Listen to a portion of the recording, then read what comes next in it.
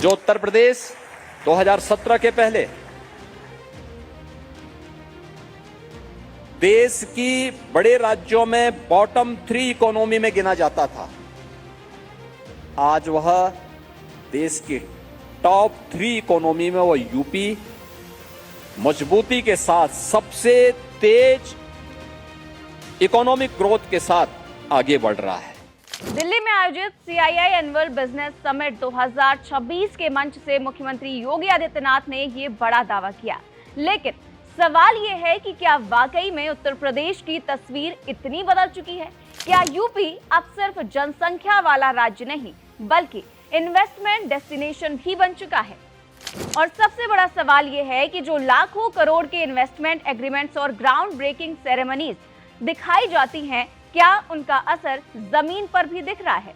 कभी निवेश के मामले में पिछड़ा माने जाने वाला उत्तर प्रदेश आज भारत के बड़े इन्वेस्टमेंट हब्स में अपनी जगह बनाने की कोशिश करता दिखाई दे रहा है। इंफ्रास्ट्रक्चर, इंडस्ट्री और मैन्युफैक्चरिंग को लेकर राज्य में लगातार बड़ी घोषणाएं और काम हुए हैं। इस बदलाव की शुरुआत बड़े स्तर पर दिखाई दी साल 2018 में, जब योगी सरकार ने पहला इन्वेस्टर्स समिट आयोजित किया।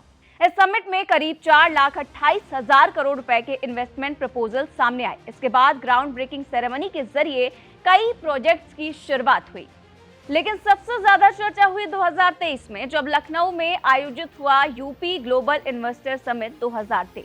देश और दुनिया की कई बड़ी कंपनियों ने इसमें हिस्सा लिया और करीब 33 लाख करोड़ रुपए के MOUs साइन हुए, जिनके जरिए 92 लाख रोजगार मिलने का रास्ता आसान हुआ। इन इन्वेस्टमेंट्स में data centres, electronics manufacturing, green energy, warehousing, defence corridors और बड़े इंफ्रास्ट्रक्चर प्रोजेक्ट्स शामिल रहे। इसके बाद फरवरी 2024 में लखनऊ में आयोजित हुई ग्राउंड ब्रेकिंग सेरेमनी 4.0। इस ग्राउंड ब्रेकिंग सेरेमनी में प्रधानमंत्री मोदी की मौजूदगी में 10 लाख करोड़ रुपए से ज्यादा की परियोजनाओं का शिलान्यास किया गया और करीब 14,000 प्रोजेक्ट्स पर काम शुरू होने और लगभग 34 लाख रोजगार मिलने का अनुमान लगाया गया। अब सबसे अहम सवाल, क्या ये इन्वेस्टमेंट अनाउंसमेंट सिर्फ मंचों तक सीमित है या जमीन पर भी उनका असर दिखाई दे रहा है?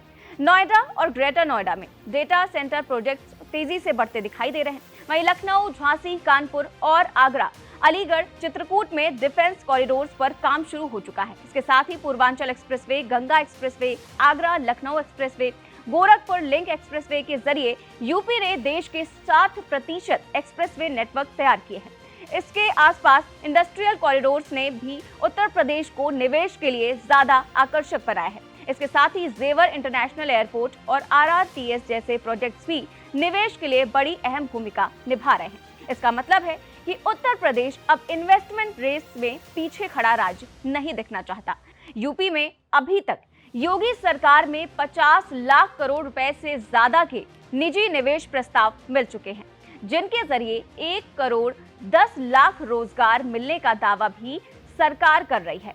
और हाँ, यूपी सरकार अब तक 4 ग्राउंड ब्रेकिंग सेरेमनी करा चुकी है, जिनमें 15 लाख करोड़ रुपए से ज्यादा की परियोजनाएं जमीन पर उतारी हैं और 60 लाख रोजगार भी मिले हैं।